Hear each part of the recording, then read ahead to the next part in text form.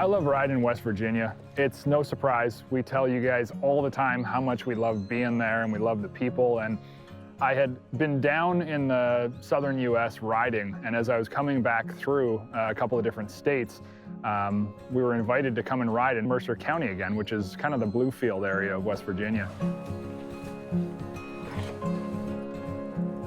We stayed at a place called the Mud Pit, or Pocahontas Outfitters. They're kind of known as both. And Brian and Donna, the owners of this place, are honestly the salt of the earth, nicest people I have ever ridden ATVs with. These people are so genuine, and they're just, I can't say enough good things about them. And if you've been there, you know exactly what I'm talking about.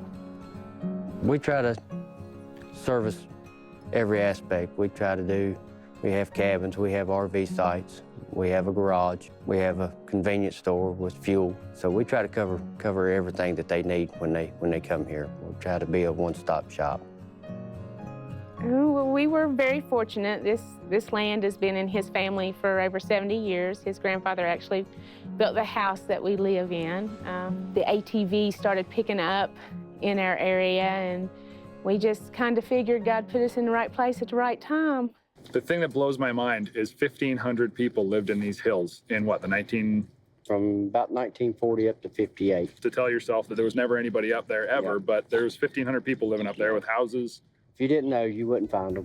The last time I rode in Mercer County, I rode with the folks from the tourism board there, and it was Jamie and Erica who were along with us again this year. We knew that we were going to be in for a great day, and what we wanted to do was have Brian take us out and show us the history of the area, because I find that so interesting. The Wolverine with the full cab works pretty good. You got the windshield wiper. I kind of feel like I'm in a pickup truck. The weather had cleared up and the rain had kind of just become a bit of a drizzle. We were like, hey, you know, we're not made out of sugar. Let's go have some fun, and we're probably going to get muddy today. Mercer County CVB is an awesome organization for our tourism industry, and especially for the ATV and the Hatfield-McCoy trail system, because they do get it. They do see the potential that's here, and they do realize the boost that it has to our economy. I realized right away, especially being with Donna, who is just absolutely crazy about mud. This lady loves getting dirty. Some of us play harder than others. We like to ride. My wife is very aggressive. He's laid back and easygoing, and I'm kind of high-strung, and you know, I'm the one that likes to play in the mud and do the things you're really not supposed to do at our age, and he's the one that puts all the pieces back together.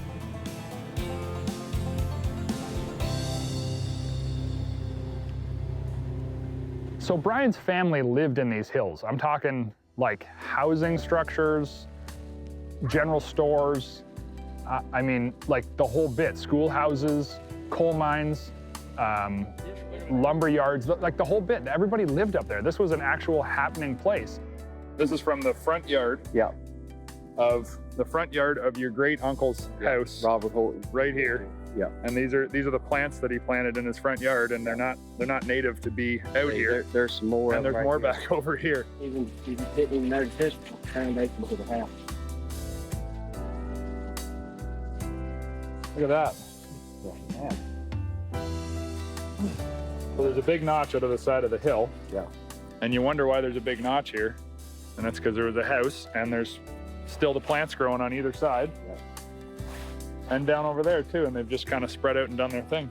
I mean, when you're riding ATVs and side-by-sides out here, you don't ever take a second to stop and think that there would have been people living in these hills. Like, you just wouldn't think. And then when you hear that there was 1,500 people living up here, the first thought is not a chance. Couldn't have happened. Oh, yeah. Then you come up and you see somebody probably took weeks to dig a cistern out there. Oh, yeah. And cement it in, and that's their drinking water. Well, it still stands. Back in the day, when they done stuff like that, it's not like now. Yeah. The neighbors would come and help. Everybody would help. Yeah, everybody helped everybody. You put a house up, everybody comes and helps because you're expected to do the same for them. Exactly.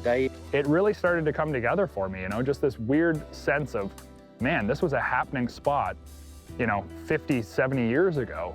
There was a lot of stuff going on out here. Somebody had a house here. They took the time to build a cistern and a foundation, and I mean, we even found an old steel band and the hinges and everything from one of his trunks that he probably would have kept, you know, his clothes or, you can't believe it. If you go to the Mud Pit, talk to Brian and Donna, ask them about this, they'll tell you where to go to have a look. And I think you'll be just as blown away as I was.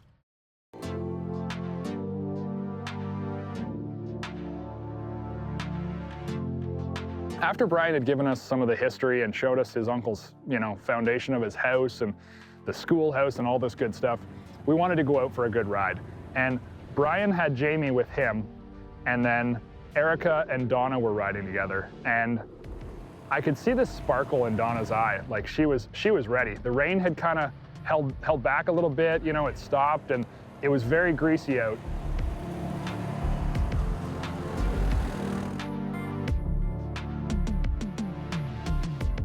When I grew up here, coal was it. That was when it left here. There's a lot of people left here, and a lot of jobs left here, and left us with a lot of abandoned businesses.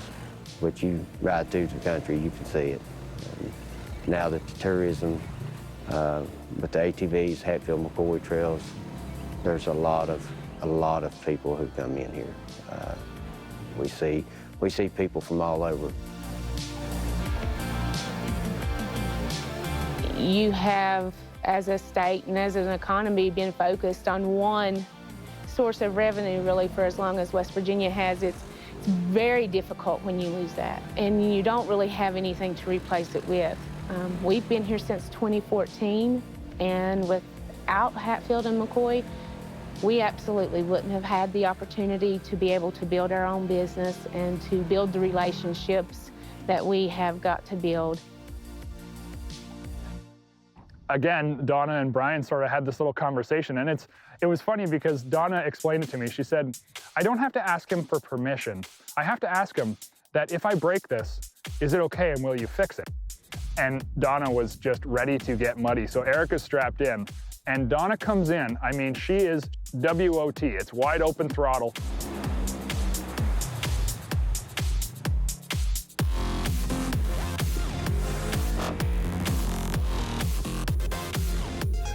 I've had my share of mud. Yeah.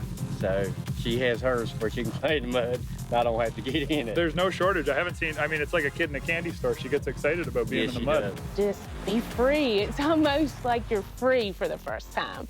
And yesterday was absolutely one of the most wonderful days of my life, aside from my wedding and my children being born. I'd put yesterday right there at the top of the list, so.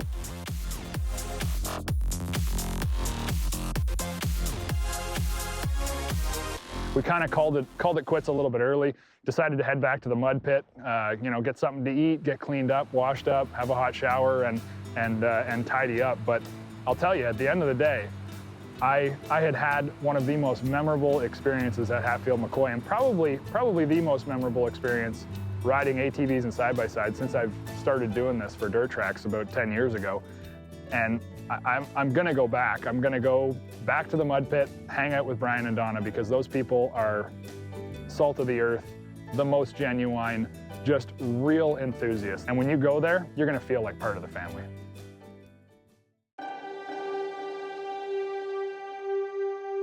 While in Mercer County, we wanted to go see Lake Shawnee, which is an old amusement park from, I think it was back in the 20s. What comes of this is that people believe that the amusement park is haunted because of this Indian burial ground that was disturbed and all these different things, and it's turned out to be a pretty big deal. Tell us about the history of the swing, because this is probably this is the #1 structure that's still standing. Right, yeah. People, the swing was put in the 30s. Okay.